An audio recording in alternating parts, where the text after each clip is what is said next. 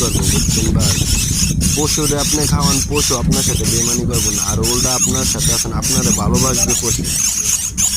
বনের পাখি বনেই যাবে, বনের দিনের বেলা ঘুরবে, রাত হলে সন্ধ্যার পর রুমে আসবে, এই কিচিরমিচির আওয়াজ শুনবো, এই ভালো লাগে। যে থাকবে এমনই থাকবে, জোর করে রাখা যাবে না। হাসাত বন্দি থাকবে না কোনো সাথে। পাখিরা ভালোবাসলে পাখি ঠিকই পুষে আসবে।